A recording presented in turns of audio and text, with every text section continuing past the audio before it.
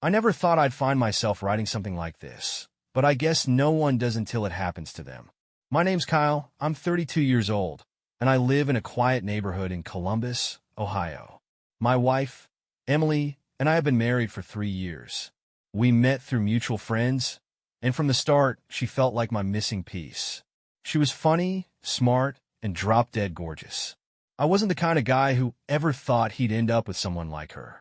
For the first couple of years, everything was great. We had our ups and downs like any couple, but we were happy. Or at least I thought we were. We had a little house on a quiet street, decent jobs, and plans to eventually start a family. Life was comfortable, predictable even, and honestly I liked it that way. But a few months ago, things started to feel different. At first, I couldn't put my finger on it. Emily seemed distracted, like her mind was always somewhere else. She wasn't as affectionate as she used to be, and when I'd ask her about it, she'd shrug it off. "I'm just stressed from work," she'd say. I wanted to believe her. She worked long hours as a nurse at the local clinic, and I knew her job could be draining. Then Brad entered the picture. He's our neighbor, 2 houses down, and I'd never thought much about him before. He's a single guy in his late 30s, works construction, and seems like the kind of guy who enjoys being the center of attention. He's always out mowing his lawn shirtless, chatting up neighbors, and acting like he's God's gift to women. Emily used to joke about him, calling him the neighborhood bachelor. But recently, those jokes had stopped. It all started with little things. Emily would wave to Brad a little too enthusiastically when he passed by. She offered to water his plants while he was out of town for a weekend, which seemed unnecessary since the guy has a sprinkler system. When he got back, she stayed out on the porch talking to him for over an hour. I remember sitting inside, watching through the window as they laughed like old friends. I asked her about it later, trying to sound casual. "You and Brad seem to be getting pretty friendly lately." She laughed, but it sounded forced. "He's just a neighbor, Kyle. Don't be ridiculous." Maybe I was being ridiculous. At least, that's what I told myself. But then things started piling up. Emily started mentioning Brad in conversation. Little things like Brad's thinking about getting a new truck, or Brad recommended this great barbecue place downtown. She started dressing a little nicer, even when she wasn't going anywhere special. She wore perfume more often and spent more time doing her makeup. I told myself it didn't mean anything, but deep down, I couldn't shake the feeling that something was off. The turning point came one Friday evening. I got home from work and found Emily standing in the driveway, talking to Brad. She was laughing at something he said, and the way she leaned toward him made my stomach twist. She didn't even notice me pull into the driveway. When I got out of the car, they both looked at me like I'd interrupted something. "What's going on?" I asked, trying to keep my tone light. "Oh, nothing," Emily said quickly. "Brad was just showing me some pictures of his new project. He's remodeling someone's kitchen." Brad grinned and gave me a casual wave. "Yeah, Emily said she's been thinking about redoing your kitchen. I was just giving her some ideas." It felt like a weak excuse, but I didn't push it. After Brad left, I asked Emily why she hadn't mentioned anything about redoing the kitchen to me. She rolled her eyes and said I was being paranoid. "Kyle, you need to stop making everything into a big deal," she said. "He's just a neighbor. You're acting like I'm having some kind of affair or something." I hadn't even said the word affair, but the way she jumped to it caught me off guard. It wasn't just what she said, it was how defensive she got. That night, as she sat on the couch scrolling through her phone, I couldn't stop staring at her. She seemed so normal, like nothing was wrong, but I couldn't ignore the nagging feeling that there was more going on than she was letting on. The following week, things got worse. Emily started locking her phone, which she'd never done before. She'd smile at her screen and quickly tuck it away when I came into the room. When I asked her who she was texting, she'd say it was her friend Hannah or someone from work. But something about it didn't feel right. I started paying more attention to the little things. The way her mood would shift whenever she saw Brad outside. The way she'd find excuses to be out in the yard when he was around. I even noticed her looking out the window sometimes, like she was waiting for him to come outside. I wanted to believe her. I wanted to trust her. But deep down, I couldn't ignore the feeling that something was wrong. And as much as I didn't want to admit it, I was starting to wonder if my marriage wasn't as solid as I thought it was. It's funny how quickly you can go from trusting someone completely to doubting everything about them. I wish I could say I was just being paranoid, but deep down, I knew something was happening between Emily and Brad. The way she'd started acting around him wasn't normal, and I could feel the distance growing between us. She had her excuses, but they were starting to sound less like explanations and more like lies. One afternoon, I came home to find Emily in the kitchen, chopping vegetables while Brad stood in the doorway chatting with her. My gut tightened immediately. I couldn't even remember the last time I'd seen her cook anything. And now she was preparing a meal for someone who wasn't even family? "Hey, what's going on?" I asked, trying to keep my tone neutral. "Oh, Brad mentioned he was hungry, and I had a bunch of leftovers," Emily said quickly, flashing me a smile that didn't quite reach her eyes. Brad grinned at me, clearly enjoying the situation. "Yeah, Emily's got a pretty solid cooking game." I was just telling her how much I appreciate it. I stood there, frozen, as I watched them interact. The way they smiled at each other, the little inside jokes they shared. It felt wrong. That night, as we sat down to dinner, Emily was unusually quiet. I asked her about Brad, and she responded with a shrug. "He's just a nice guy. We talk sometimes. What's the big deal?" But I knew better. This wasn't just some friendly neighborly banter. Brad had started showing up more frequently, and each time, it was like Emily was a little more eager to entertain him. She'd offer him food or invite him in to chat, like they were best friends. And it wasn't just in passing anymore. It was becoming a regular thing. The next week, I came home to find Brad sitting on our porch, drinking a beer with Emily. She was laughing harder than I'd ever heard, and I could tell from the way they sat so close to each other that the line between friendly neighbor and something more was starting to blur. When I asked her who else was supposed to be over, she quickly changed the subject. "Brad's just leaving, Kyle." "What's the problem?" she said, her voice a little too defensive. The more it happened, the more I felt myself getting irritated. Emily kept brushing it off, telling me I was overreacting. "We're just friends, Kyle. Why are you making this into something it's not?"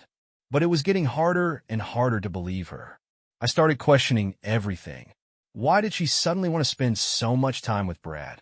Why was she cooking for him, buying him drinks, and making all these excuses to spend time together?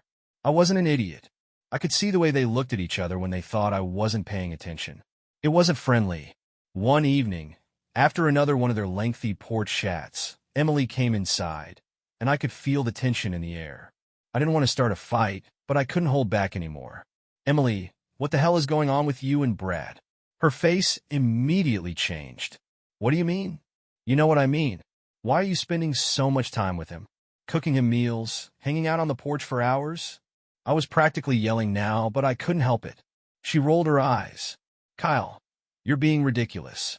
Brad's just a neighbor. He's not a threat to you." But her voice cracked at the end.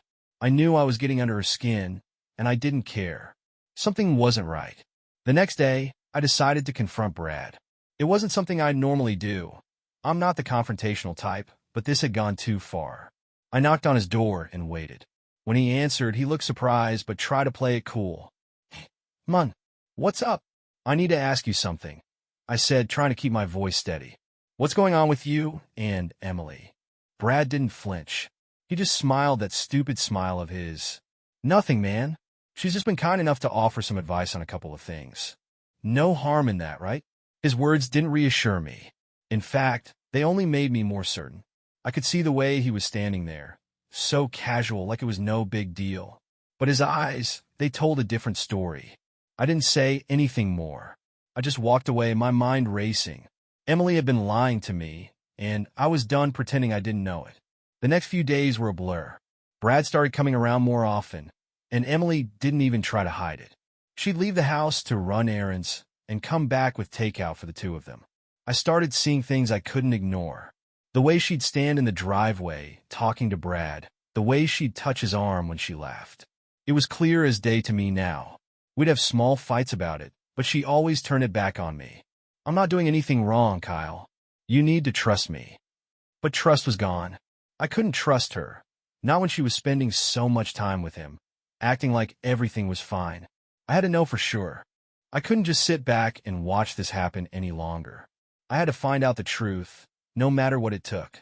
After the days of doubt, confusion, and growing suspicion, I couldn't ignore the truth any longer.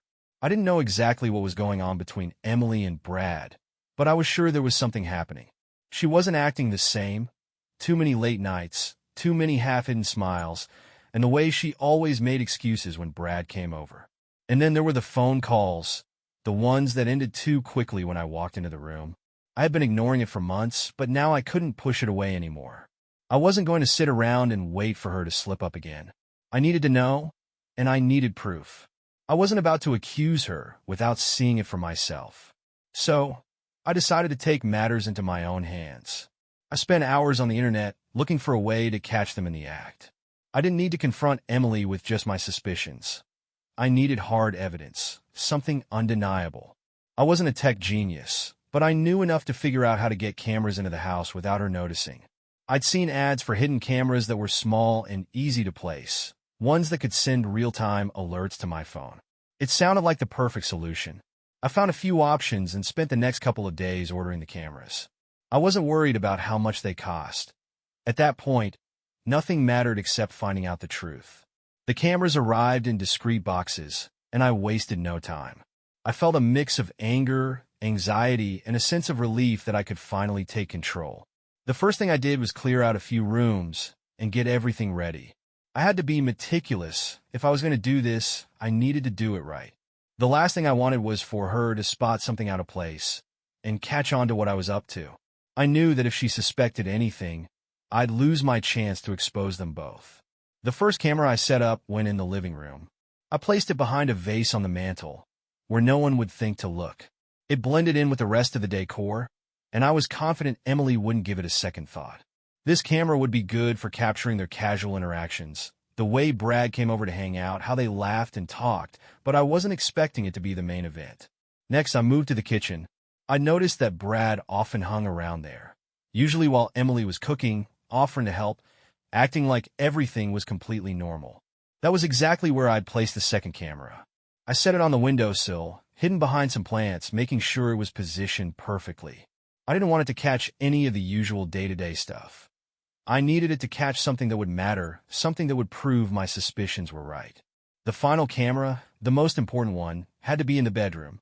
That was where I caught a glimpse of what they were doing before. And even though it sickened me to think about it, I knew this was the only way to be sure. I couldn't let this go without seeing the truth firsthand. I spent a long time positioning the camera behind a lamp on the nightstand. The angle was perfect, just enough to capture the bed. I made sure it couldn't be seen from the door, or from anywhere in the room, for that matter. If Emily or Brad noticed anything strange, my entire plan would be ruined, and I wasn't about to let that happen. Once everything was in place, I connected all the cameras to my phone. Whenever there was any motion, I'd get a notification. I double-checked the settings, making sure everything was working properly. It wasn't perfect, but it was the best I could do. The next step was the hardest, waiting. I couldn't stop checking my phone, though. I was anxious, my nerves on edge. Every time a notification came through, I jumped, hoping it was them. But nothing happened for days. Every notification was just me or Emily moving around. Nothing that could tell me what I really needed to know. I was starting to get frustrated. I knew Emily and Brad were being careful, but it didn't feel like enough. I thought about confronting her, asking her what was going on, but I wasn't ready to do that yet. I needed to know for sure. Then one evening, the notification came. My heart skipped a beat when I saw it. A motion alert from the bedroom. My stomach churned as I tapped open the camera feed on my phone. I knew what I was about to see could change everything. The notification pinged on my phone like a shot to the chest. It was the moment I had been waiting for, dreading, and hoping wouldn't come all at the same time.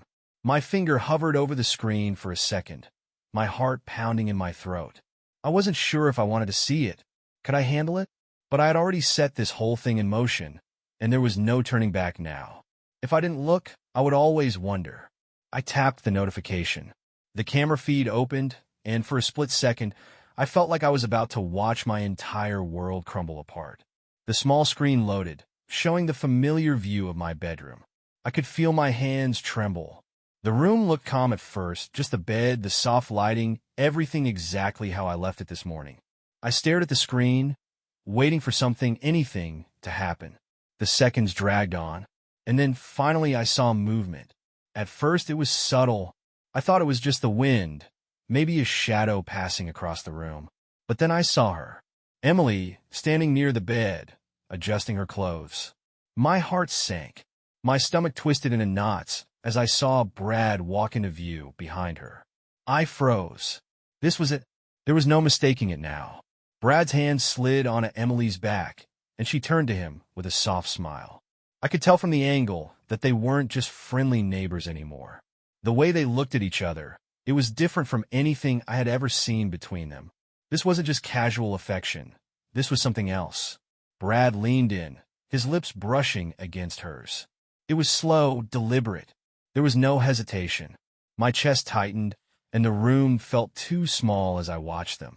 Emily didn't pull away. She didn't look confused or shocked. She didn't even seem uncomfortable. Instead, she leaned into him, her hands reaching up to grab his shoulders, pulling him closer. My head was spinning. I was seeing it, but it was like I couldn't process it at first. I could barely breathe as they kissed longer, deeper. Brad's hand slid to her waist, his fingers tracing the curves of her body as though this was something normal for them, something they had done many times before. The image burned itself into my mind, each movement they made adding weight to the crushing realization that my wife, the woman I had trusted, the woman I had shared everything with, was here with my neighbor, letting him touch her, kiss her. She wasn't fighting it. She wasn't pulling away. She was inviting it. I watched in a daze as Brad began to unbutton his shirt, and Emily helped, her fingers quick and practiced as she slipped the fabric off his shoulders.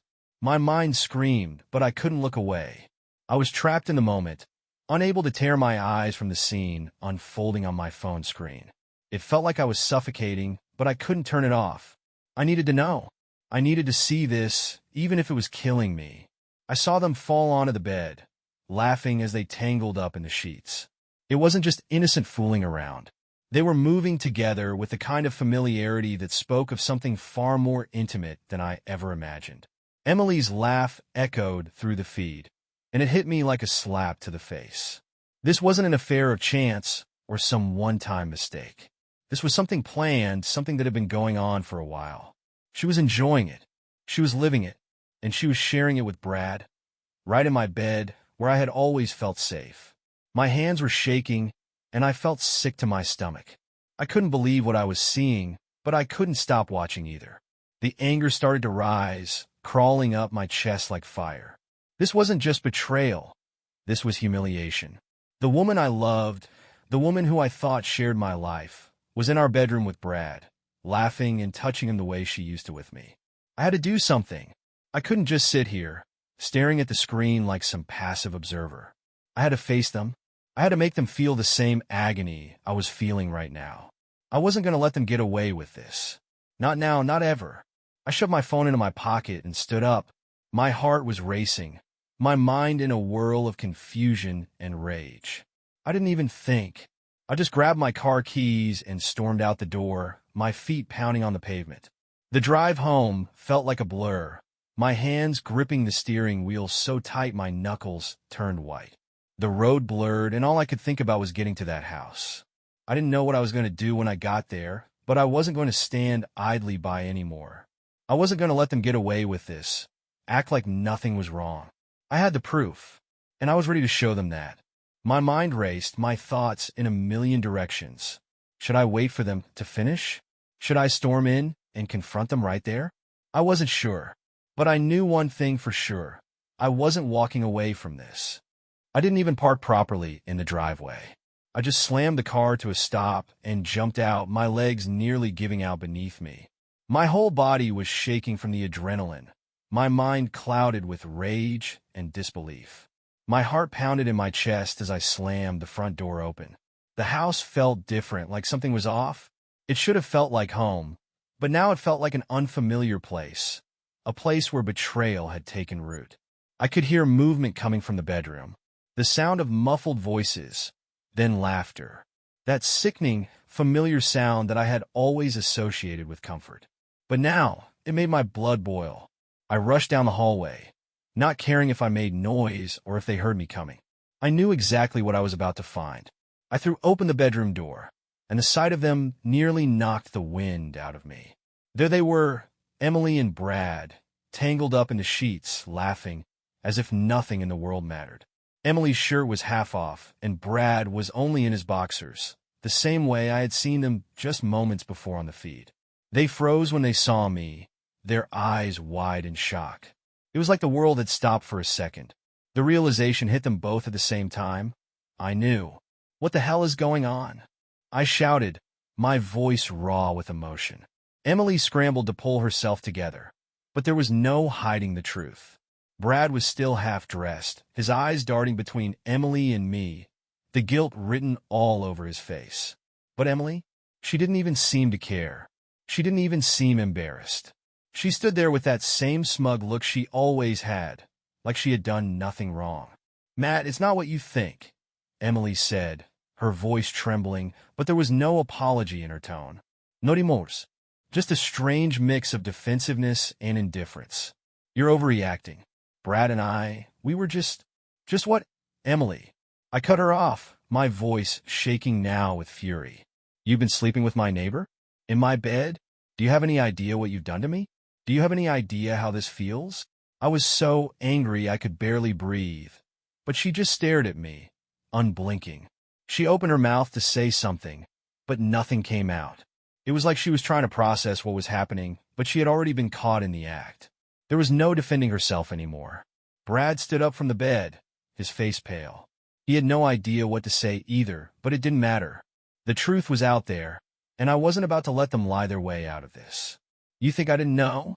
I said, stepping closer, my fists clenched at my sides. You think I didn't notice the late nights, the excuses? The way you've been treating me like I'm some fool? Emily didn't respond. Instead, she crossed her arms, her face going cold. I could see that she was trying to regain some control over the situation, but there was no hiding from the facts anymore. You have no right to act like this, Emily finally said, her voice sharp, the words cutting through the air like a knife. I was lonely. I needed someone. I never wanted you to find out like this, but Brad, he's everything you're not. The words stung, but they didn't break me. If anything, they made me even angrier.